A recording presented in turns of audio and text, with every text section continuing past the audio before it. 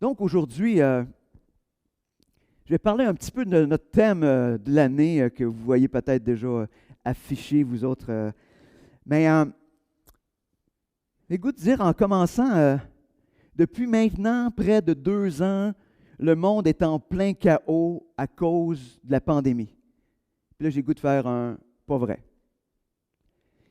Pas du tout, parce que dans les faits, depuis des milliers d'années, le monde est en plein chaos parce qu'il a décidé de vivre sans Dieu. Il n'y a rien de nouveau. Absolument rien de nouveau. La seule différence, c'est peut-être que nous sommes depuis 22 mois maintenant les observateurs de ce chaos. De ce chaos, de cette décision de vivre sans Dieu. Et malheureusement, ce chaos-là est entré dans nos propres vies comme enfants de Dieu et aussi dans la vie de l'Église. On lit le livre des Juges nous dit que chacun faisait ce qui lui semblait bon. Et on regarde notre société actuellement et on découvre que ça ressemble drôlement à 2022 où chacun fait ce qui lui semble bon. Et malheureusement, des fois même dans nos propres vies, on est là. On se dit, on a l'impression que chacun, on se regarde juste sur nous-mêmes, on ne regarde pas les autres, mais qu'on vit selon ce qui nous semble le meilleur. Ça se pourrait-tu que comme Église, comme dans nos milieux évangéliques, on ait perdu l'élément central qui nous permet de vivre cette vie sur terre en attendant le retrouver, d'être dans sa présence glorieuse. Et cet élément central-là, c'est l'Évangile. Juste pour donner un exemple, lorsqu'on s'est mis à réfléchir sur l'application du passeport vaccinal, j'avais sorti un ensemble de questions, de réflexions qui, pour ma part, m'apparaissaient plutôt logiques. J'avais rempli un tableau complet. Mais après ça, Dieu, dans sa grâce, il m'a rappelé ce que je prêche. Puis là, je me suis dit, est-ce que tout ce que j'ai écrit là, ça passe le test de l'Évangile? Qu'est-ce que les Écritures disent? Quels sont les principes qui devraient diriger nos réflexions? Alors, j'ai pris le tableau, puis je l'ai effacé au complet. Puis je me suis juste dit, qu'est-ce que Dieu nous donne pour faire face à cette situation quand on regarde les Évangiles? Qu'est-ce qu'on découvre? Point final. Pas partir de toutes mes réflexions, mes discussions, mais qu'est-ce que les Écritures me donnent pour m'aider à réfléchir, m'aider à prendre les meilleures décisions dans la situation dans laquelle je me trouve. Là, je parle de la pandémie, mais ça devrait être cette question-là dans tous les aspects de notre vie. Donc, j'en suis venu à la conclusion qu'on a besoin d'être centré sur l'Évangile en toutes choses. C'est pour ça que le thème de 2022 va être centré sur l'Évangile. Pourquoi centré avec un « e » entre parenthèses? C'est parce que toute chose doit être centrée sur l'Évangile. Notre mariage, qu'on soit tout seul, la maladie, la mort, le temps, le travail, peu importe les aspects, tout doit être centré sur l'Évangile. Chaque aspect de la vie de l'Église, de même, doit être centré sur l'Évangile. Est-ce qu'on est prêt à regarder qu'est-ce que les Évangiles disent au lieu de juste fonctionner continuellement, comme on a tendance naturellement à faire avec notre pensée logique, de ce qui est le meilleur? Mais si le meilleur était tout simplement de se tourner vers les Écritures et de dire « Hey, qu'est-ce que Dieu tu me dis à propos de cela? » Si à chaque fois on se posait la question « Qu'est-ce que Dieu en pense? Qu'est-ce que l'Écriture dit à propos de... » Pas des questions simples ou pas des réponses simples, pas des réponses apprises parce que quelqu'un m'a dit qu'on ait cette soif de découvrir ce que Dieu nous dit dans les Écritures. Pas non plus partir avec ses préjugés ou cette idée déjà faite, puis juste scruter les Écritures pour confirmer ce que moi je pense, mais plutôt prendre les Écritures afin que les Écritures viennent m'influencer, viennent me transformer, afin que ma réflexion, mes décisions, mes pensées soient de plus en plus conformes à la parole de Dieu. Donc ce matin, je vais lancer mon thème en prenant un des aspects que je crois qui est important ou ce que ça soulève, qui est un des enjeux majeurs actuellement, mais qui est toujours vrai. Parce que quand on regarde les Écritures, ça semble être un des enjeux qui était là aussi même dans l'Église primitive. C'est un enjeu majeur, je crois, actuellement, parce que c'est ce qui l'ennemi s'est servi durant la pandémie, et c'est la remise en question de l'unité. Si ce matin, on s'arrêtait, et c'est ce que je vais vous proposer, qu'on regarde à ce que Dieu nous dit par rapport à l'unité. Pas par rapport à ce que nous autres, on veut le définir, mais comme peuple de Dieu, nous sommes appelés à vivre en unité. Et comment ça se fait que des situations extérieures actuellement, puis pas juste actuellement, mais depuis toujours, viennent mettre en péril continuellement l'unité qu'on a ensemble dans l'Église. Pas juste dans l'Église ici, à Saint-Liboire, mais dans l'Église de façon générale. Donc, avant de se tourner vers le reste des Écritures, on va se tourner vers celui qui produit en nous l'unité. Seigneur Dieu, ce matin, on vient devant toi parce que c'est toi qui es le centre de l'unité. C'est toi qui es la tête du corps. C'est toi qui viens mettre la direction, qui viens diriger en toutes choses. Seigneur, ce matin, viens nous conduire par ta parole.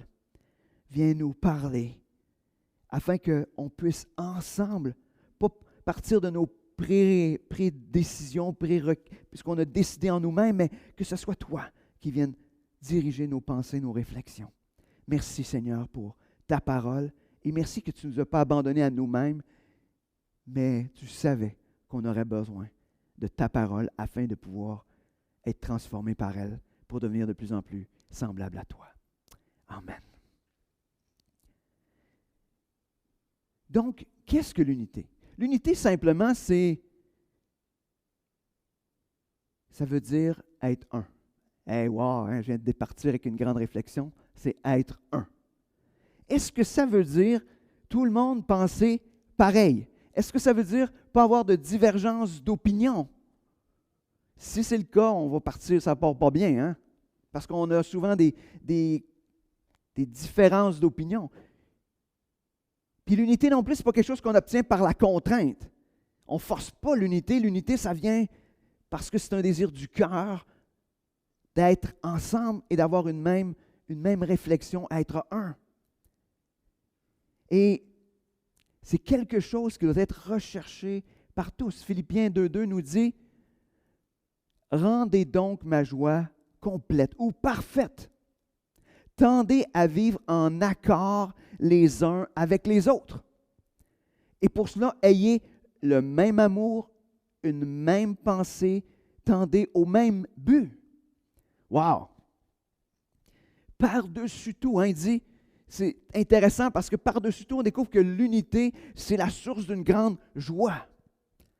Ça veut dire, pour Paul, c'est une source de joie de savoir que l'Église était un. Et est-ce que nous, c'est notre désir aussi de vivre cette joie-là? Donc, c'est une recherche commune d'un accord qui va être basé, sur un amour qui est commun. C'est quoi l'amour commun? C'est celle qu'on a reçue de Christ. On a tous été aimés également de la même manière. Donc, de même manière, on s'aime aussi. Pas à cause de l'affinité, mais parce qu'on a été aimé et on voit en l'autre qu'il a été aimé de Dieu. Et à cause de cela, on a le goût d'être ensemble. Ça part d'une pensée qui est commune. Ça veut-tu dire que tout le monde pensait pareil? Non, ça veut dire que tout le monde, l'Évangile est notre pensée commune. C'est-à-dire qu'ensemble, tout le monde, ce qu'on veut, c'est ce que les Écritures disent. Parce que nos pensées sont transformées par la vérité. Puis la vérité, c'est l'Évangile, c'est la parole de Dieu. Et aussi, un but qui est commun. Un but qui est commun. Et c'est quoi ce but commun-là? C'est que Dieu soit glorifié. C'est pas que je sois glorifié, c'est pas qu'on passe qu'un plus important que l'autre. Non, non, c'est que Dieu soit glorifié. Imaginez, un amour commun parce qu'on a tous été aimés du même amour. On croit tous au même évangile et ce même évangile-là nous amène à avoir une pensée qui est commune. Puis notre but, c'est de glorifier Dieu. Imaginez si on part avec ces trois éléments-là concernant l'unité. Souvent, quand il n'y a pas d'unité, c'est parce qu'il y a quelque chose là-dedans qui cloche. On ne reconnaît pas que Dieu a aimé l'autre de la même manière qu'il nous a aimés. Peut-être. Peut-être aussi qu'on ne met pas l'Évangile dans un premier plan en avant, mais on met en avant nos convictions, nos pensées, nos réflexions, puis on ne met pas en avant l'Évangile. Et des fois aussi, le but est plus commun. Des fois, on a un but qui est différent. Hein, on dit des fois, il y en a qui ont un agenda différent, mais est-ce que notre agenda, c'est de faire passer notre idée ou que notre agenda, c'est que Dieu puisse être glorifié? Imaginez, on pourrait presque arrêter là ce matin pour parler de l'unité, puis juste tabler sur ces 3 principes-là, et ça ferait toute une différence. Si on continue, Jésus, c'est lui qui rend cette unité possible. L'unité, elle est possible, pourquoi? Parce que ce n'est pas nous qui est le centre. Hein, c'est pas le but, c'est de dire, bon, on est un parce que tout le monde pense comme Sylvain. Ça, c'est pas être un. Hein, ça ressemblerait bien plus à une dictature ou je ne sais pas trop quoi, hein, ou un contrôle. C'est parce que c'est Christ qui est au centre. Ce n'est pas parce que c'est une personne ou son l'idée d'une personne, c'est parce que c'est Christ qui est au centre et parce que nous sommes tous rattachés à Christ. Ce n'est pas rattaché à autre chose, non, parce qu'on est tous rattachés à Christ et c'est Christ qui vient produire cette unité-là. C'est possible parce que Christ agit dans la vie de chacun.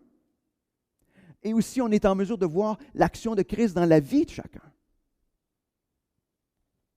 Et chaque fois qu'on prend de la distance face à Dieu, chaque fois qu'on prend une distance face à ce que Dieu nous dit dans les Écritures, chaque fois qu'on s'éloigne de ce que la parole dit, l'unité devient difficile, voire impossible. La seule manière de vivre l'unité, c'est d'être de plus en plus proche de Dieu. On peut lire dans Jean 15, versets 1 à 7, c'est un texte qui nous parle de justement d'être rattaché à Dieu. Ou c'est un texte qu'on connaît bien, mais donc ça nous dit « Je suis le vrai plant de vigne et mon Père est le vigneron ». C'est ce que Jésus nous dit. Tous les sarments en moi qui ne portent pas de fruits, il les coupe. Et tous ceux qui en portent, il les taille afin qu'ils produisent un fruit encore plus abondant. Vous aussi, vous avez déjà été purifiés grâce à l'enseignement que je vous ai donné. Demeurez en moi et je demeurerai en vous. Un serment ne saurait porter du fruit tout seul, sans demeurer attaché au cep. Il en est de même pour vous. Si vous ne demeurez pas en moi, vous ne pouvez porter aucun fruit. Je suis le cep de la vigne, vous en êtes les sarments. Celui qui demeure en moi et en qui je demeure porte du fruit, en abondance, car sans moi, vous ne pouvez rien faire. Si quelqu'un ne demeure pas en moi, on le jette hors du vignoble, comme les sarments coupés, ils se dessèchent, puis on les ramasse, on y met le feu, et ils brûlent. Mais si vous demeurez en moi et que mes paroles demeurent en vous, demandez ce que vous voudrez, vous l'obtiendrez. Il y a donc cet aspect où Jésus nous appelle à demeurer en lui, afin qu'on puisse porter du fruit. On peut le prendre de manière individuelle. Mais si de manière individuelle, nous sommes tous rattachés à Christ, on va tous porter des fruits et on va les porter ensemble. Et ces fruits-là vont être manifestes dans l'aspect qu'on va prendre soin les uns des autres, qu'on va s'aimer les uns les autres.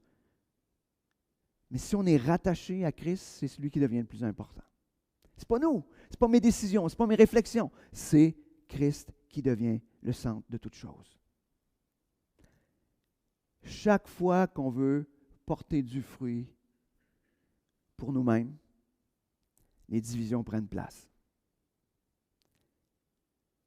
Mais si le fruit recherché par tous est la gloire de Dieu, l'unité vient prendre toute la place. Est-ce qu'on est d'accord avec ça? Est-ce qu'on est d'accord que cette unité elle est possible seulement à cause de Christ? On peut bien essayer de faire, on peut prendre tous les concepts humains là, pour produire une unité, mais l'unité demeure possible seulement si Christ est là. Sinon, ça va être une unité qui va être fragile parce qu'à chaque fois qu'on va tomber dans nos divergences d'opinion, l'unité va disparaître. Continuons. L'unité aussi, c'était la requête de Jésus pour nous. Imaginez-vous. Jésus, à la fin de son ministère, a pris du temps pour prier pour l'unité. Aujourd'hui, ça veut dire que c'est un enjeu. C'est un enjeu majeur. Si Christ, dans un des sa plus grande prière qu'il a faite, s'adresse à son Père afin que produire cette unité-là, c'est parce que ça devait être un élément à haut risque. Donc, dans Jean 17, versets 20 à 23 qu'on va lire ensemble. Ce n'est pas seulement pour eux que je te prie, c'est aussi pour ceux qui croiront en moi grâce à leur témoignage. Je te demande qu'ils soient tous un, comme toi, Père, tu es en moi et moi je suis en toi. Qu'ils soient un en nous pour que le monde croie que c'est toi qui m'as envoyé. Je leur ai donné la gloire que tu m'as donnée afin qu'ils soient un, comme toi et moi nous sommes un. Moi en eux et toi en moi. Qu'ils soient parfaitement un et qu'ainsi le monde puisse reconnaître que c'est toi qui m'as envoyé et que tu les aimes comme tu m'aimes. Wow! C'est dense, hein? Mais ça nous parle de un pas mal dans ce texte-là. Hein? Mais il dit que nous puissions, ce que Jésus désire, c'est que nous puissions vivre l'unité. Une unité comme celle du Père avec le Fils. Est-ce qu'il y a quelque chose de plus un que ça, là? Je pense que ça va être difficile, hein? Il n'y a rien qui se place entre le Père et le Fils. C'est une unité parfaite. Ce que Dieu veut, c'est qu'on puisse vivre, ou que ce que Jésus demande à son Père, c'est qu'on puisse vivre le même genre d'unité que lui vit avec son Père. Ce qu'il est en train de dire aussi, c'est que cette unité-là, qui va être produite dans l'Église ou entre les croyants, va avoir un effet de conduire les gens au salut. Parce que les gens vont découvrir que Christ, c'est vrai. C'est vrai. L'unité, c'est l'élément, un enjeu majeur qui va, je veux dire, faire pencher la balance, souvent pour les gens qui vont nous regarder. Est-ce que l'Église est une Église divisée ou est une Église unie? Aujourd'hui, dans ce chaos qu'on vit actuellement, d'une manière particulière, le monde est divisé, je dirais, polarisé, d'un bord ou de l'autre. S'il y a une place où ce qu'on ne devrait pas vivre ça, c'est l'Église. Il ne devrait pas avoir cette polarisation-là. Il devrait avoir cette unité-là. Imaginez si les gens qui sont tout autour, qui voient tout est polarisé de gauche à droite, puis ils regardent l'Église, puis ils se disent « Aïe, aïe, comment ça fait qu'ils sont un? » Pourtant, dans cette Église-là, il y a des gens qui ont des positions peut-être différentes, mais ils sont un. Il n'y a pas de guéguerre, il n'y a pas rien, non. Ils sont un, puis on voit qu'il y a quelque chose de particulier en eux. Imaginez l'impact pour l'Évangile. Imaginez. Mais si dans l'Église, on retrouve le même débat, la même division, la même polarisation, où chacun est sur son bord, quel témoignage! Si Jésus a prié pour nous, c'est afin qu'on puisse être un comme Église. Ce rassemblement des disciples aujourd'hui à Saint-Liboire. Comment on peut se comporter de manière opposée à sa volonté? Imaginez. Comment, si Jésus a prié pour qu'on soit un, c'est-à-dire qu'à chaque fois qu'on est là et qu'on ne travaille pas dans ce sens-là ou qu'on se positionne de manière différente face à l'unité, on est en train de travailler contre ce que Christ veut. On est en train de s'opposer à la prière de Christ. On ne peut pas faire ça. On doit arrêter de chercher notre propre intérêt, chercher à défendre nos propres idées, mais s'assurer que c'est Christ qui paraît en toutes choses. Continuons. L'unité aussi, c'est produit, on est dans notre thème de centrer sur l'Évangile, mais l'unité, c'est produit par l'Évangile. L'œuvre de Christ à la croix a produit en nous l'unité, une unité impossible sans Christ. Galates 3, versets 26 à 29. Maintenant, par la foi en Jésus-Christ, vous êtes tous fils de Dieu. Car vous tous qui avez été baptisés pour le Christ, vous êtes revêtus du Christ. Il n'y a donc plus de différence entre les Juifs et les non-Juifs, entre les esclaves et les hommes libres, entre les hommes et les femmes. Unis à Jésus-Christ, vous êtes tous un. Si vous lui appartenez, vous êtes la descendance d'Abraham et donc aussi les héritiers des biens que Dieu a promis à Abraham. Parce que nous avons, comme enfants de Dieu, une identité commune. À cause du salut en Jésus-Christ, nous avons reçu une identité commune. Et cette identité commune, c'est que nous sommes fils et filles de Dieu. Nous avons cette identité commune. Ce que ça a comme effet, cet évangile, à cause du sacrifice de Christ à la croix, ça fait qu'il n'y a plus de distinction entre personnes. Il n'y a pas non plus de discrimination. Pas un qui est mieux que l'autre, pas un qui est plus grand que l'autre, pas un qui a une valeur plus grande que l'autre, parce que nous avons tous la même identité. Nous sommes tous fils et filles de Dieu. Nous sommes tous unis à Christ, unis aussi les uns avec les autres. Parce qu'on prend part tous à la même héritage. On a accès tous à la même héritage, même identité, même héritage. On est tous unis à Christ à cause du sacrifice de Christ à la croix. Parce que de prime abord, nous étions tous des étrangers, hein, que la parole de Dieu nous dit, étrangers, éloignés, on n'avait rien à faire avec Dieu. Mais à cause du sacrifice de Christ, nous avons tous été rapprochés et unis. On est tous finalement une gang on va dire, d'immigrants dans le peuple de Dieu. C'est-à-dire qu'il n'y avait personne qui faisait partie de la famille, mais Dieu, dans sa grâce, à cause du sacrifice de Christ, a permis que nous puissions devenir des citoyens, des fils et des filles. Et ça fait toute la différence. Donc, personne n'est plus important que l'autre.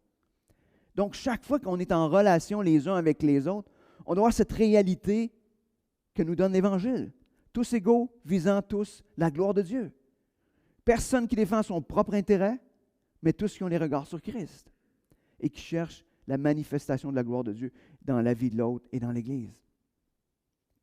Imaginez si chacun, on était là à rechercher la manifestation de la gloire de Dieu dans la vie de l'autre. Au lieu de chercher comment il pense pas correct. Mais comment on voit les évidences de la grâce de Dieu et l'action de Dieu dans la vie de l'autre. Puis qu'on se laisse juste réjouir par ça. Hein, c'est un processus, hein, on le sait tous, le salut, cette sanctification, c'est un processus, on ne part pas tous de la même place, mais on va tous se retrouver à la même place. Donc, ayons le regard à la bonne place. Cessons d'essayer de défendre chacun nos propres intérêts, cherchons l'intérêt de Dieu. Si on tournait maintenant, puis on s'arrêtait à l'unité, mais d'une manière pratique. On va regarder comment on peut appliquer peut-être cet aspect de l'unité au contexte qu'on vit actuellement, mais je dirais, je ne veux pas trop qu'on mette juste l'emphase sur la pandémie. L'unité, ce n'est pas un problème relié à la pandémie, hein, je ne sais pas si vous savez. C'est juste que je pense que la pandémie a mis un gros spot là-dessus. Pensez-vous que c'était moins vrai avant? Pas en tout. Ça se manifestait juste moins. C'était moins évident, c'était moins clair, mais les mêmes affaires étaient bien, bien présentes dans nos vies et dans la vie de l'Église. Mais on va essayer d'appliquer cet aspect-là. On va commencer par un texte qui nous parle de l'unité que j'appelle de manière pratique, qui est 1 Corinthiens 1,10. Il faut cependant, frères, que je vous adresse une recommandation instante. Et c'est au nom du Seigneur Jésus-Christ que je le fais. Vivez tous ensemble en pleine harmonie. Ne laissez pas de division s'introduire entre vous. Soyez parfaitement unis en ayant une même conviction, une même façon de penser. J'écoute vous le lire dans la version édition de Genève, le même verset, parce que je trouve que il y a peut-être pour certains des nuances qui vont aimer là-dedans, donc je vais juste vous le lire aussi, donc en édition de Genève. Je vous exhorte, frères, par le nom de notre Seigneur Jésus-Christ, à tenir tous un même langage et à ne point avoir de division parmi vous, mais à être parfaitement unis dans un même esprit et dans un même sentiment.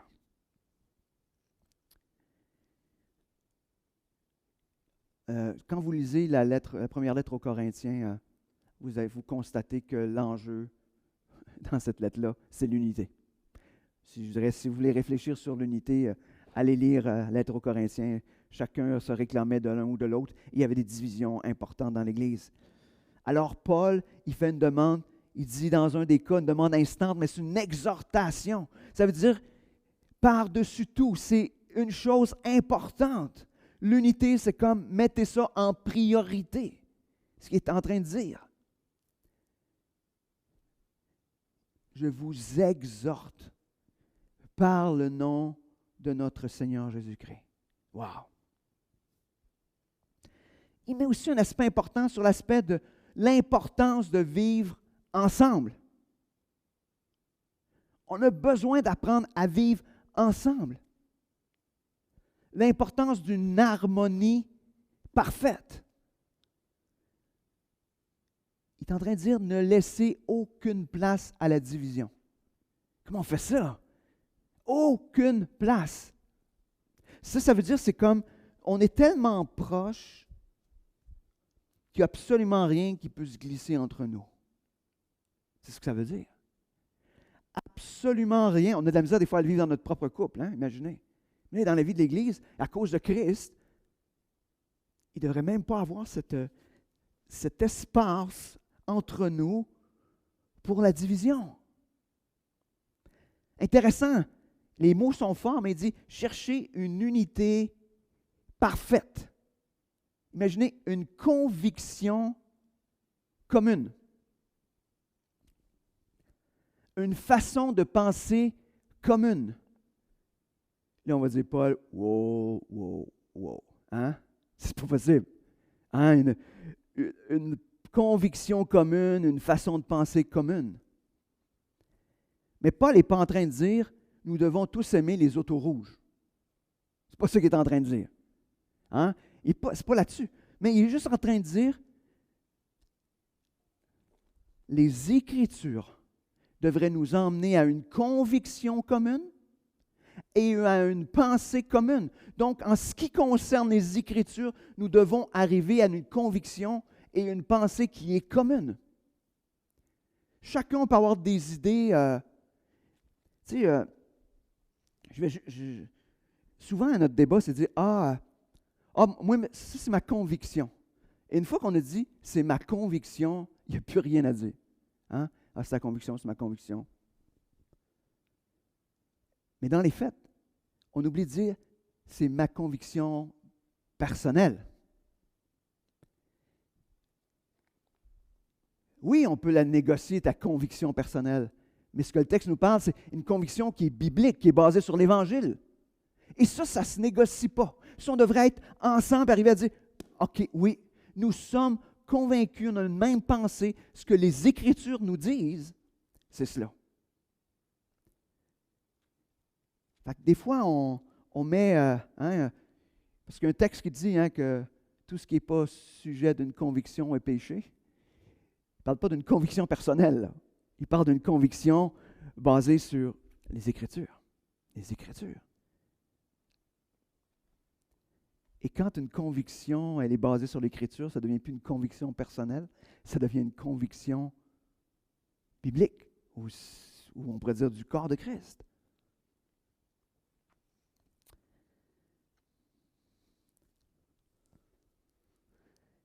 Est-ce qu'on est capable de se tourner vers les Écritures au lieu de se tourner vers chacun de nos débats?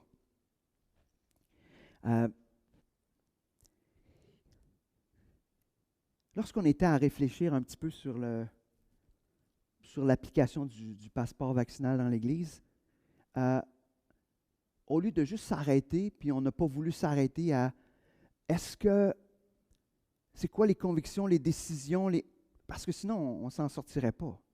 Mais on s'est penché sur quels sont les principes des Écritures qui nous permettent de prendre une décision qui pourrait être une conviction commune, et on pourrait être ensemble d'accord avec cela. Puis, ce que je vais vous donner là, ça s'applique à plein d'autres principes ou plein d'autres difficultés ou plein d'autres choses qu'on veut discuter les uns avec les autres. Mais je veux juste, par les quelques exemples que je vais vous donner, juste nous emmener à voir que chaque fois qu'on a des opinions différentes, arrêtons de vouloir débattre nos idées. Mais offrons-nous plutôt de dire, veux-tu mon frère, veux-tu ma soeur, on va regarder ce que les Écritures disent ensemble. On va se laisser convaincre ensemble. On va se laisser transformer ensemble. Pas passer mon idée parce que, puis en essayant de tordre les Écritures. Non, non, on va écouter ce que la parole de Dieu a à nous dire. Et j'ai juste sorti quelques principes qui sont là. Un des principes, quand on a à prendre une décision pour pouvoir préserver l'unité, c'est l'amour fraternel. Un principe, c'est aimez-vous les uns les autres. Hein, je n'ai pas besoin de sortir de versets, les Écritures sont remplies de cela. Alors, quand on arrive on veut préserver l'unité, on doit dire, OK, on veut que l'amour soit présent, cet amour fraternel, cet amour qui nous vient de Dieu. Les Écritures nous parlent aussi d'un aspect, d'un principe du respect mutuel. Hein, de considérer les autres comme supérieurs à nous-mêmes. Ça veut dire quoi dans toutes mes discussions, dans tous mes débats, quand je suis avec quelqu'un, puis que je veux le respecter? Je vais faire quoi pour prendre soin de l'autre? Je vais faire quoi pour y démontrer que je l'aime? Qu'est-ce que je vais faire pour y démontrer que je le respecte? Peu importe nos positions. Il y a aussi donc tout l'aspect de prendre soin les uns des autres. Les Écritures nous parlent de prendre soin les uns des autres.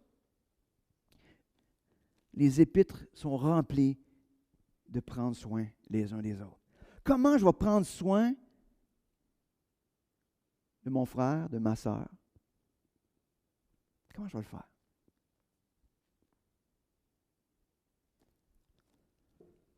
Un autre des principes, c'est l'obéissance à Dieu. Obéir à Dieu. Je sais, là, je dis ça, puis on s'est dit, vaut mieux obéir à Dieu qu'aux hommes. Hein? Je connais ce principe-là. Non, non, non. On va parler d'obéissance à Dieu. Ça veut dire, c'est quoi obéir à Dieu? C'est facile de dire obéir à Dieu, mais si je dis, moi, ce que je fais, c'est obéir à Dieu, ben, vous allez voir qu'il y a pas mal de choses à mettre en pratique dans l'obéissance à Dieu. Obéir à Dieu, c'est quand Dieu dit, OK, faut que tu te sacrifies pour l'autre. Oui, OK, je le fais. Ça veut dire, prêt à tout te donner ce que tu possèdes. Oui, ça fait partie. C'est quoi obéir à Dieu? C'est large, obéir à Dieu. Donc, on va juste s'arrêter sur, premièrement, cet aspect d'obéir à Dieu. Mais aussi l'aspect de la confiance à Dieu. Dieu nous dit de lui faire confiance en toutes choses. Ne vous inquiétez de rien, mais faites connaître vos besoins. Un autre des principes, se rappeler que Dieu est souverain. Dieu, tout est dans sa main. Dieu est en contrôle de toutes choses. Arrêtons de s'inquiéter puis d'essayer de trouver des réponses. Dieu est souverain, Dieu est en contrôle de toutes choses. Un autre des principes qui peut nous aider à préserver l'unité, soyons prêts pour le retour de Christ, tout en gardant les yeux sur notre héritage à venir. Il est certain qu'aujourd'hui, le Seigneur est plus proche de revenir qu'il l'était hier. C'est clair. Parce qu'une chose qui est claire, c'est que Christ va revenir.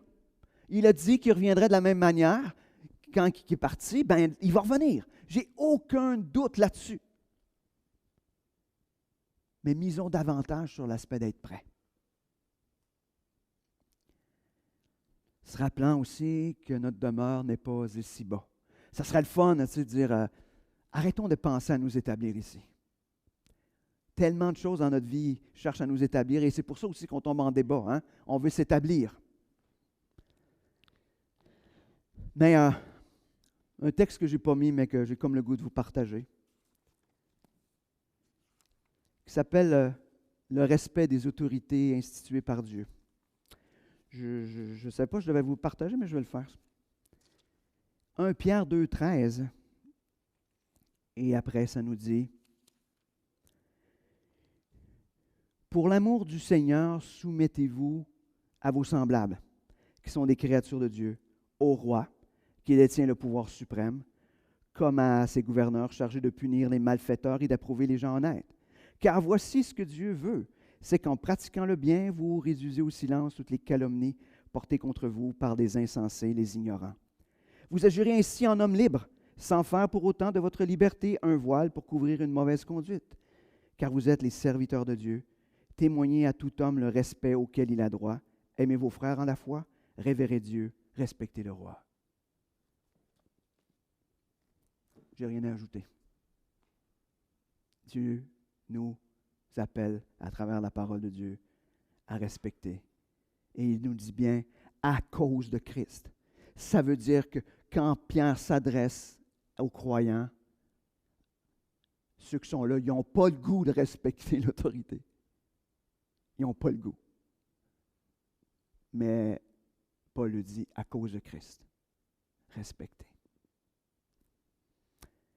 Dernière chose peut-être, nous sommes appelés à continuer à vivre et à annoncer l'Évangile, malgré tout ce qui se passe.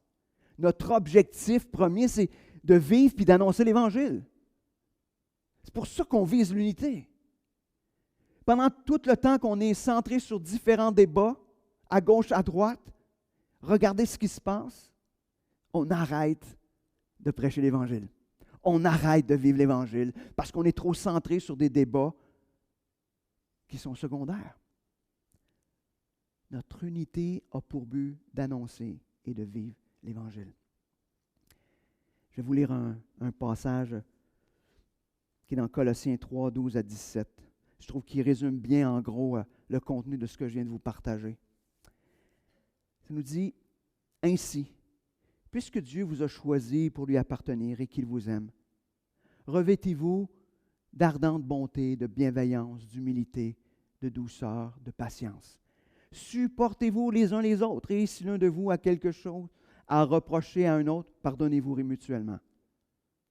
Le Seigneur vous a pardonné, vous aussi pardonnez-vous de la même manière.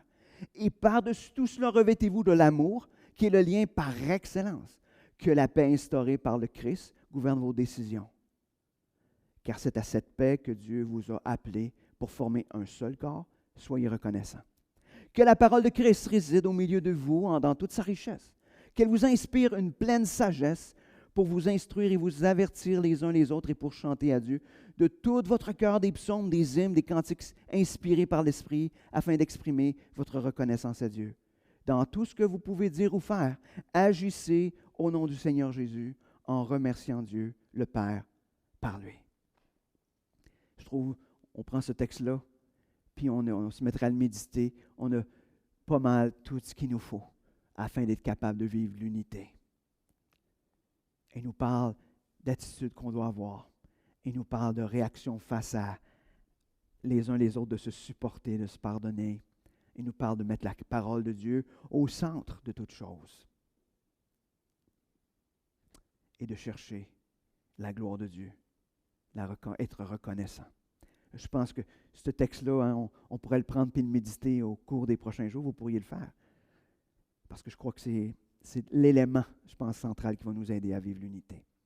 Donc, en terminant, est-ce que nous sommes prêts ce matin à vivre notre vie en ayant notre regard sur l'Évangile? Si ce matin, je mettais l'Évangile au centre de ma vie, si aujourd'hui, tu mettais l'Évangile au centre de ta vie, de ton couple, de ta famille, de ton travail, tes relations, de ta vie d'Église, qu'est-ce qui serait différent? Quel premier pas tu peux faire ou que Dieu t'appelle à faire aujourd'hui afin de remettre l'Évangile au centre de ta vie? Ce matin, d'une manière plus particulière, on a regardé l'unité centrée sur l'Évangile. Et on a vu que c'était le désir de Dieu. On a vu que c'était la prière de Jésus. On a vu qu'elle était produite par Dieu. Et on a vu que l'unité, c'est possible seulement quand c'est basé sur la vérité de la parole de Dieu. Qu'est-ce qu'on a besoin de changer ce matin dans notre façon de voir l'unité? Qu'est-ce qui a besoin d'être réformé à la lumière des Écritures, à la lumière de la parole de Dieu, face à l'unité? Est-ce que tu as besoin de laisser de côté tes propres intérêts puis tes petits désirs? Est-ce que tu as besoin d'apprendre à aimer l'autre par-dessus tout? Est-ce que tu as besoin de pardonner l'autre? Est-ce que tu as besoin de chercher plus qu'est-ce que la parole de Dieu dit que ce que toi tu désires? Qu'est-ce que tu as besoin de faire ce matin, d'une manière particulière, pour que tu puisses vivre l'unité, mais une unité qui est centrée sur l'Évangile. Sur ce, prions. Seigneur Dieu, merci de nous rappeler que c'est le désir de ton cœur que nous puissions vivre l'unité. Seigneur, ce matin, on veut que tu puisses nous remplir de ta parole. Seigneur, on veut comprendre ce que tu désires pleinement dans toutes les situations de notre vie. Pas seulement concernant la pandémie, mais concernant tous les débats qu'on peut vivre intérieurement ou avec les uns, avec les autres. Des fois, des débats dans notre couple, des fois des débats entre frères et sœurs, des fois toutes sortes d'autres débats, même dans notre famille avec les enfants. Seigneur, apprends-nous à remettre ta parole au centre. Seigneur, je sais que le jour où c'est toi qui vas nous parler, il n'y en aura pas de débat. Qui sommes-nous pour argumenter face à ta parole? Qui sommes-nous pour argumenter face à la vérité de l'Évangile? Seigneur, on ne peut pas le faire. Alors Seigneur, viens mettre la parole au centre de nos discussions, de nos réflexions, en toutes choses, en tout temps. Seigneur, que nos vies soient centrées sur l'Évangile. Merci Seigneur. Amen.